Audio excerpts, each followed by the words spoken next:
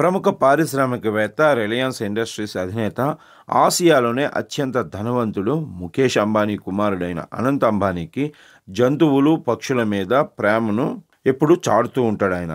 అందుకోసం ఆయన వంతారా పేరుతో జంతు సంరక్షణ కేంద్రాన్ని ఏర్పాటు చేసి దాన్ని దిగ్విజయంగా నిర్వహిస్తున్నారు. ఇటీవల ఆయన జామ్నగర్ నుంచి ద్వారకకు 400 కిలోమీటర్ల పాదయాత్రను ప్రారంభించారు. ఈ క్రమంలో చోటు చేసుకున్న ఒక ఘటన ద్వారా మరోసారి ఆయన వార్తల్లో నిలిచారు.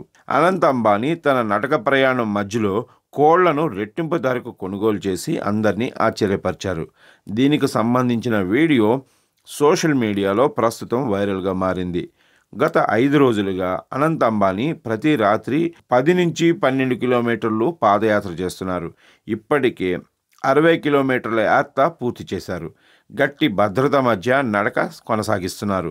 ఏప్రిల్ 10న తన 30వ పుట్టినరోజుకు ముందు ద్వారకకు చేరుకుని శ్రీకృష్ణుని ఆశీస్సులు పొందాలనేది ఆయన లక్ష్యం. ఈ క్రమంలో పాదయాత్ర మధ్యలో ఒక కోళ్ల లారీ అనంత్ అంబానీ దృష్టిలో పడుతుంది. వెంటనే ఆయన లారీ ఆపిస్తాడు. కోళ్ల మందను రక్షిస్తాడు.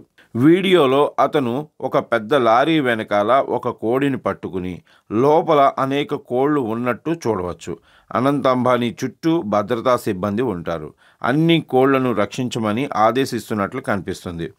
పక్షుల యజమానికి ఎటువంటి నష్టం కలగకుండా వాటిని రక్షించడానికి కూడా అతను ఆ వ్యక్తికి ఆదేశిస్తాడు.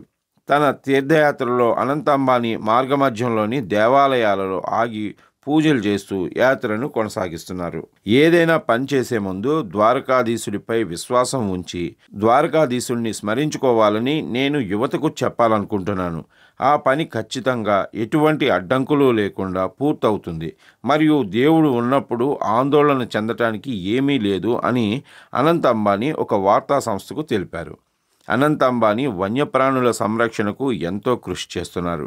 ఆయన చేపట్టిన వంతారా ప్రాజెక్ట్ ద్వారా ఇప్పటి వరకు 1.5 లక్షలకు పైగా జంతువులను రక్షించారు. ఇందులో 2000 కంటే ఎక్కువ జాతులు ఉన్నాయి. ఇటీవల కేంద్ర ప్రభుత్వం జంతు సంరక్షణ రంగంలో ఆయన చేసిన విశేష కృషికి ప్రాణిమిత్ర అవార్డుతో ఆయన్ను సత్కరించింది కూడా.